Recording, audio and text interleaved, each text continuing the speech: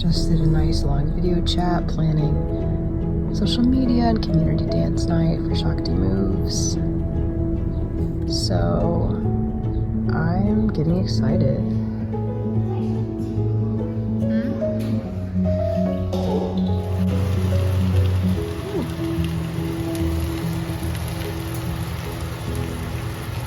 I was so tired after the intimacy event, in a good way. And we were up until like 4 every night, and fall asleep at work. Felt like my body was trying to come back to reality, even though I kind of don't want it to.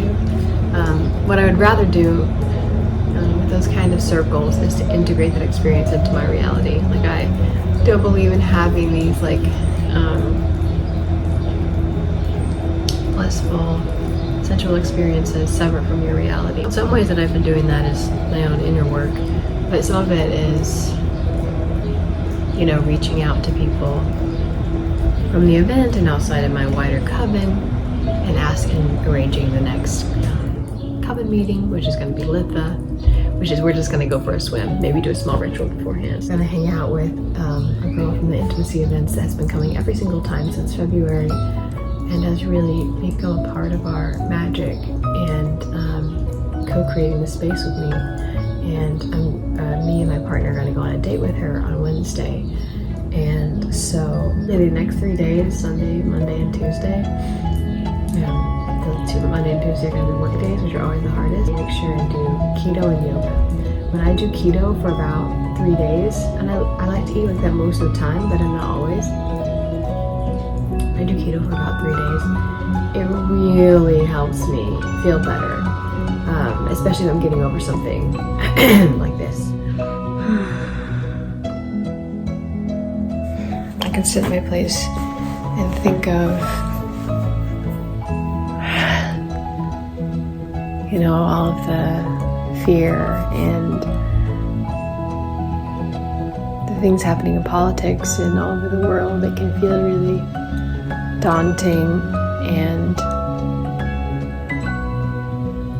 the thing is, though, the way I rebel, I don't even like that word, because it's to create a new universe. It's to create the goddess's kingdom on earth, and the spaces where I felt the most safe and started out with my coven in 2019. When I first experienced what it was like to be in a circle with the goddess. And I knew that she held power over the entire universe.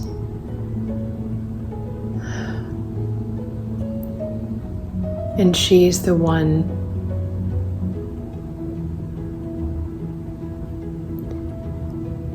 and sitting here in the aftermath of this ritual to the goddess, and the amount of people who have not only shown up to ritual, her name is known throughout the land, and it's where she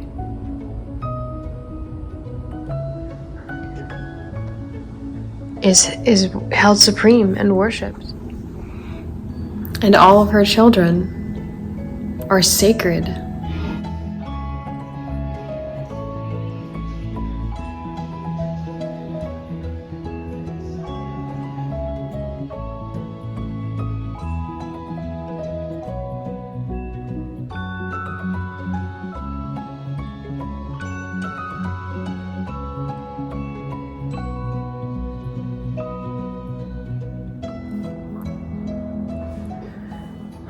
I used to think I was really bad at math when I was a kid. I used to think I was really stupid. I would never be able to do anything in the world if I left my home and didn't just submit to my father and future husband. I used to think I was really bad at math. And my parents told me, like, I told my mom I might want to learn code. She was like, you're more of a creative. Like, they kind of reinforced that I was not good at this stuff. What I have learned about myself is that now I can do math and I can learn really well, and I owe that realization probably to 2 different things, maybe 3. One of them is leaving home and needing money because I was on my own, and so I just had to do things that I thought I never could do. The first of which was working at a cafe where I had to step it up, and I couldn't just cry when I ran into a problem, but I had to seem resourceful and responsible and in charge, because that way I could get promoted. And so I just faked it till I made it, but faking it meant learning really fast and doing things really well, and until I started realizing I just was the person that I was faking. And I started doing that when I went to school as well, to the point that my first professor, I eventually was like, thought I was tricking her into thinking I was smart, you know, and then eventually she was like, you are smart, Chris, which I was blown away by. Learned about how, I forget the study, where basically if a teacher thinks their student is smart, that student will do better in class. So I actually think that, it's a cycle. If I was role-playing being smart and acting like I was, and tried to pull it off and convince people, then if I convinced them and they were my teacher, they were actually more likely to teach me better. And I was more likely to believe in myself because they believed in me. So it's a great circle. But some other things that I learned about myself that makes me able to learn math now, I just unlocked. The other thing was my ex-girlfriend. She was a professional tutor, and she did a lot of math, and she did really well at it. And she was convinced that only reason I was not succeeding in math and the reason that I struggled was not because of my ability, but because of anxiety. And when I tell you that the amount of times I tried to succeed at math when I was homeschooling, and just like, I tried so hard, you couldn't even believe it. Like, I would just stay up for days, spending all my time, which is, I now know is not actually great. Would spend all my time on it, would just be squinting and trying so hard to understand. I didn't have, I also was teaching myself most of the time. So I believe that I had missed some core foundational pieces of information. I didn't have Google, and I didn't have anyone to talk to about it. So I just wasn't able to learn. Getting back to math later, one thing my girlfriend helped me understand when she was tutoring me, and a friend of mine with ADHD helped me understand, is that sometimes people with ADHD, or maybe just whatever I'm dealing with, will be reading through math problems and stuff like that, and they will think that they cannot learn, but they have simply not practiced learning. Like, the parts of their brain that work when you're learning are not practiced. And focus, you're not practiced focusing. But focusing is a muscle. And if you have not done it because you think you're incapable, and it feels really difficult, it's also just like discomfort tolerance. Like, it might just be a muscle that you have to work on. And the other thing is that you may understand something completely the first time someone says it, but if you fundamentally believe that you have trouble understanding things, you may believe that you didn't understand them because they're explaining it in a way that they think it will be hard for you to understand. And it's so simple, like a simple piece of information, that you think you must be missing something. And through the simple process of, when someone tells me something, and if it doesn't click right away, just believing that I understand it, writing it down in my notes, moving on, I've noticed that I've realized this is how learning works. You hear something, you don't have it rooted in your mind right away. You write it down, and then someone brings up in a question later, and you just know it. You just understand the concept, and you already did. And that, like, anxiety of not understanding it makes you not understand it, because you're digging and working yourself into an activated state around it until you can't actually retain any information that you're digesting. So, shifting to that mindset of I am, changes everything.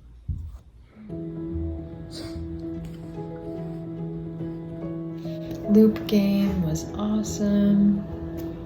Hi, Dice. I I'm so happy. This is how you know I'm a fucking switch, alright? Like, I've been avoiding working out, and my friend Scarlett, he blew up. I asked him to keep me accountable yesterday, and I'm not used to people doing that. He blew up my phone being like, are you up? Are you gonna do it? Do I have to fight you? Get up, get your ass out there and go work out. And I was like, yes sir, here I go, you know? So I'm gonna do a little bit of work and then I'm gonna head home and do that. And I just feel so good and loved and cared about. I fucking love someone telling me what to do. God damn.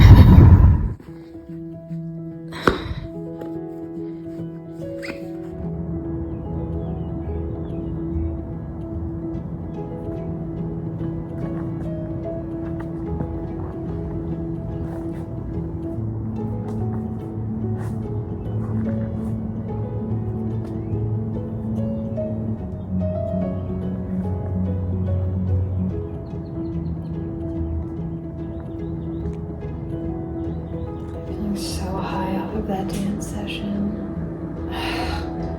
I don't think I can possibly explain how important and how beautiful and rage-filled and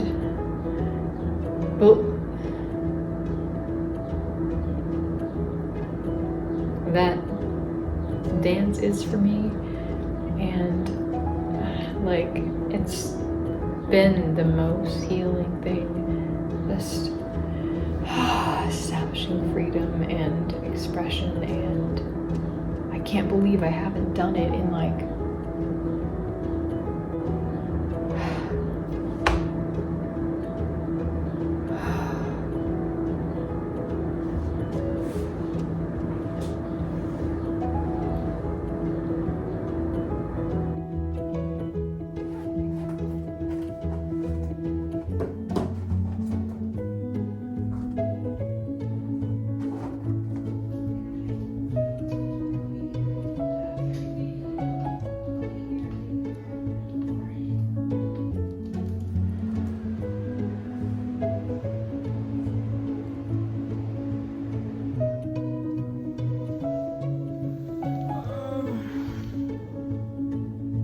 I would like to thank the goddess for the amount of peace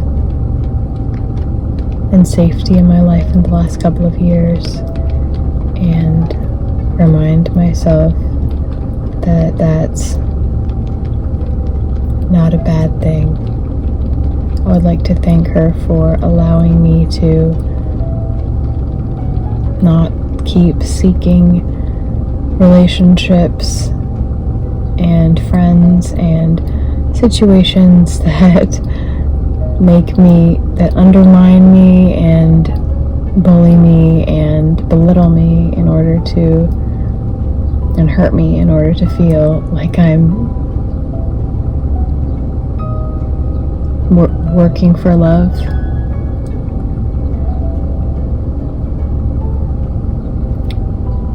Thank you for allowing me to see that peace and safety is okay, that it's okay to be loved.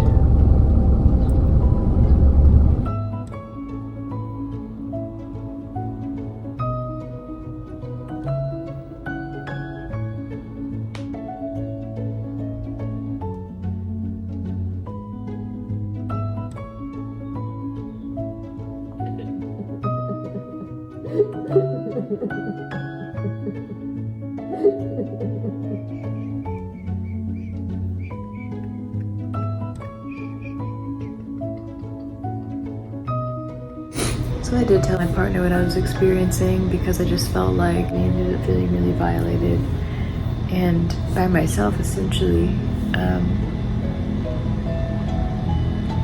And so I thought my partner would probably want to know about that. I sent him a message. I have therapy this morning and I don't want to go, but I'll go because it's good for me. Revisa al el 7, revisar. El capó, el cofre. El parabrisas. El volante. We're approaching the end of week 3 that I had been vlogging. So at the beginning of this week, I set the intention to try for this week to the practice of not talking to my partner when I was dysregulated, not talking to anyone when I was dysregulated, in order to work on healing my dysregulation. Because in the past, what I had done is try to control the situation so that I didn't feel dysregulated, try to control the environment, try to control the people, try to control anything to help my body feel okay, myself feel safe. But that wasn't working, and so I decided to try for a week. Just don't tell people when you're dysregulated. Just process it on your own. So, as the weeks gone by, as you've probably seen here, dysregulation did come up for me. I was a pretty chill week because I kept to myself a lot of the week, but the week that I did have a date, I didn't even like show you this a ton, but yesterday I went on a date with someone that has been coming to my intimacy events, and later that night, she's been meeting up with me and my partner, and so later on that night, we, all 3 of us, like, had a sleepover, right? And so, to put it in, sleepover, I experienced a great deal of dysregulation after that event. And there's a lot of factors that go into that, because I am a person who knows this about myself, but since I've been practicing sacred sexuality, I know myself that I don't plan sex, that I make sure that I connect with someone on like a friend level, and I fall in love, and I feel a lot of love before I have sex. And it's not even so much just that you have to fall in love, but I can't plan it. I don't know what my body's gonna wanna do, and feeling pressure to have sex feels really triggering to me. So I create the intimacy events, and I create spaces with the people in my life that I'm close with in that way, where we can play in nature, or be hanging around the house, or cuddling, or creating art. And then if something happens and we both are kind of feeling it, we can start to go there, and then there's like no strings attached. You can stop anytime you want. But because we kind of were doing a threesome, right?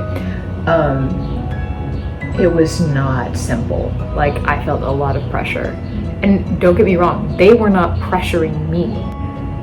Because that's what we were doing, I felt pressure to do it, and I didn't want to, you know what I mean, at some point. And I didn't feel in tune.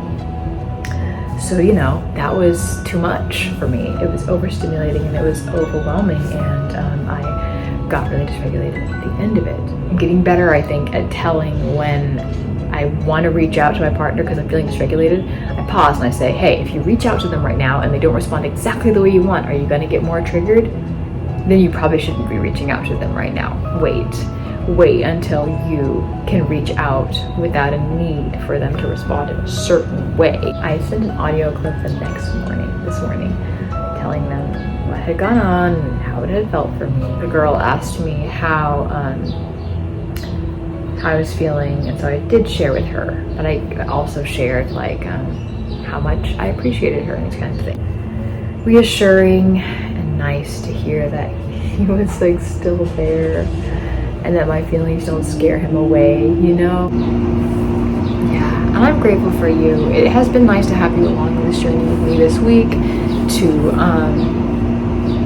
try this out as an experiment, and I would highly recommend it if you're going through this kind of stuff, to try not talking to those people in your life when you're dysregulated. Just try like waiting till the next morning, or like I said, the first thing I did, just sending an emoji instead of a novel. Sometimes my blow-ups at my partner about my feelings is me panicking because I'm having feelings, and like it's okay to have feelings, and yeah, it feels like hell sometimes, but you don't always have to share that with people. You can go take care of it and learn what overstimulates you and what you need, and go hang out with people. All right, thank you so much for being on this journey with me. Give yourself yourself so much love. And thank you for following your bliss. And you're so sweet. All right, I'll talk to you soon.